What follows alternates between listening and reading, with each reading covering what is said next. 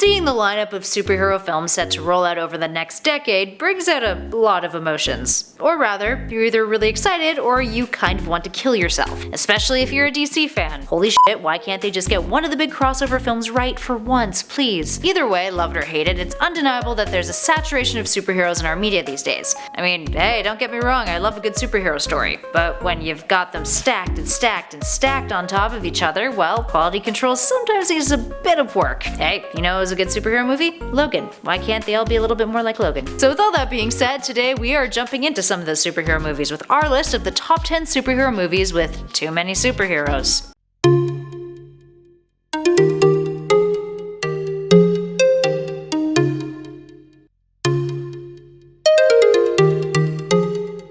Number 10, X-Men Days of Future Past. Let's do a quick rundown of all the characters in Days of Future Past, not including the multiples of characters from overlapping timelines. Charles Xavier, Magneto, Wolverine, Storm, Beast, Bishop, Warpath, Kitty Pryde, Iceman, Sunspot, Colossus, Blink, Mystique, Quicksilver, Rogue, Jean Grey, Cyclops, Apocalypse. That's 18, and the list goes on, I think. All that being said, despite having a ton of characters thrown at us, the film did navigate all that chaos quite well. A lot of the characters were ones that we were previously familiar with, either from First Class or previous X-Men films. Ian McKellen and Patrick Stewart? Yeah, please. So luckily there wasn't a whole lot of let's briefly introduce you to all these new characters and hope you'll get attached to them, like some of the other movies on this list coming up. Up next, number 9, Suicide Squad. Okay, so I had so much hope in Suicide Squad. Based on one of DC's most dastardly charming comics, the film seemed really promising. Then this happened. Ah yes, a Joker with the word damaged literally tattooed on his forehead. What is this? Is he supposed to be some pseudo-hipster Joker for millennial audiences? Heath Ledger would be spinning in his grave. Rest in peace. On the plus side, we did get the wonderful glory that was Margot Robbie's Harley Quinn. Someone needs to make a Gotham City Sirens film ASAP. Perhaps DC should have just focused on lining up more solo films like Wonder Woman before jumping into something with as large of a cast as Suicide Squad. I mean, gotta give him credit for trying though. Up next at 8, Batman and Robin.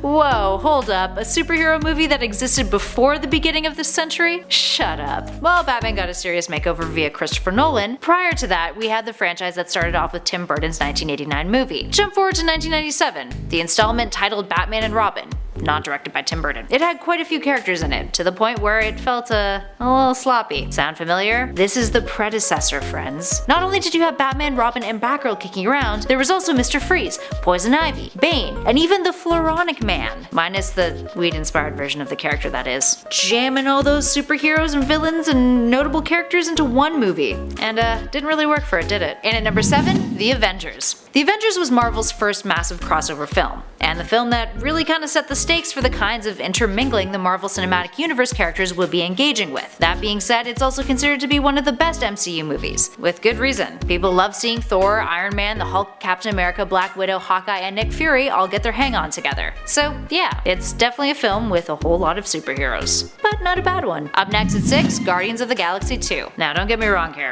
I really love the first Guardians of the Galaxy. The second, while still fun, specifically for that opening sequence, All Hail Baby Groot, just didn't have the charm of the original. It had its moments, but it just wasn't the same. And a lot of that had to do with the inclusion of new characters. The whole ego plotline, which was supposed to give us more insight on Star-Lord, just didn't satisfy. And it felt as if its weight hindered the opportunity for other character development in the film to happen, from characters new and old. Similar to other Marvel stories, Guardians is already chock full of characters. Ones that are easy to love, but ones that still need the benefit of good writing and proper screen time attention. Just saying. Coming up next at number 5, Batman vs Superman Dawn of Justice, aka a cinematic masterpiece. Following in the footsteps of its biggest competitor, Marvel, DC has finally laid out the groundwork for a commercially successful cinematic crossover between its finest heroes. And this steaming pile of hot garbage is what really initiated it. Yay for setting the bar low? Aside from the title characters, who do we have in this shit show? Wonder Woman, Aquaman, Cyborg, The Flash, Lois Lane, Lex Luthor, Martha Kent,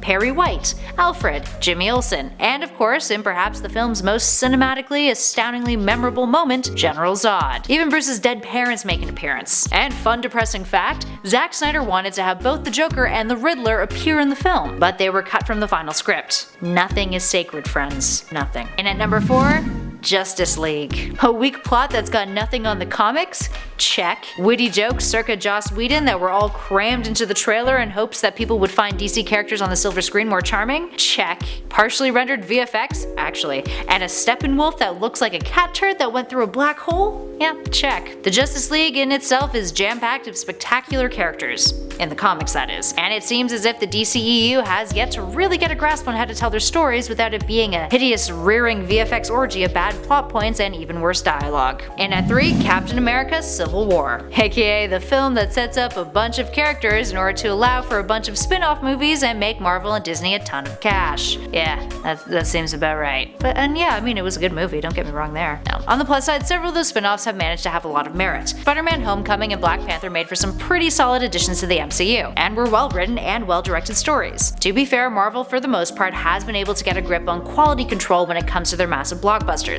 But at the end of the day, where's it all going? When will enough be enough? Or will audiences continue to be satisfied with having massive jam-packed films that throw in more and more heroes for spectacle rather than cinematic experience? Which I guess is the whole point of going to see a movie, isn't it? Up next, number 2, X-Men Apocalypse. So, there's a lot of characters in Apocalypse, and to be frank, it's the perfect example of how a feature film fails to navigate such a massive story event in the comics. Aside from laughable dialogue and watered down condensed plot points, Apocalypse sucked big time for just tossing in pretty much every mutant that it could into something that someone somewhere at Fox was like, yeah, I guess that's passable for a screenplay, and then it got made. Considering it's a cluster of characters, let's just use one as an example. Storm. Oh hey, it's Storm. What's up? Oh right, you're a slightly off characterization of the mutant that we all know and love. That's cool, and you're only gonna have a few lines and seemingly redeem yourself at the end of the film even though the audience has no attachment to you whatsoever? Also cool. That's X-Men Apocalypse in a nutshell for you, which is super disappointing because the X-Men deserve a whole lot better. And finally,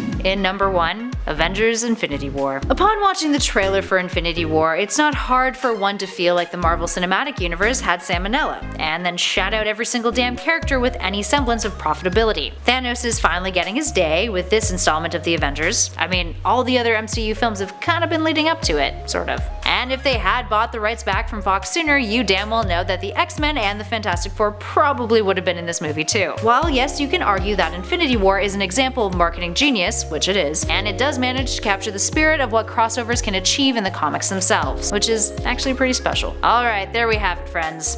As you can tell, we had a whole lot of thoughts and feelings about the state of superhero films and the super fatigue that they've caused. Now it's time for you guys to tell us what your thoughts are in those comments below. Are you digging the fact that DC and Marvel have loaded up their films with a ton of heroes? Or do you think that superhero films are slowly losing their charm? As always, if you dug this video, please give us a like, and if you want to hang out with us some more, make sure you hit that subscribe button. We've also got a bunch of great videos for you to check out in the playlist that's flashing on your screen right now. In the meantime, thanks for watching. I've been Kelly Pally, and this has been Top 10 Nerd. Catch you all in the next one.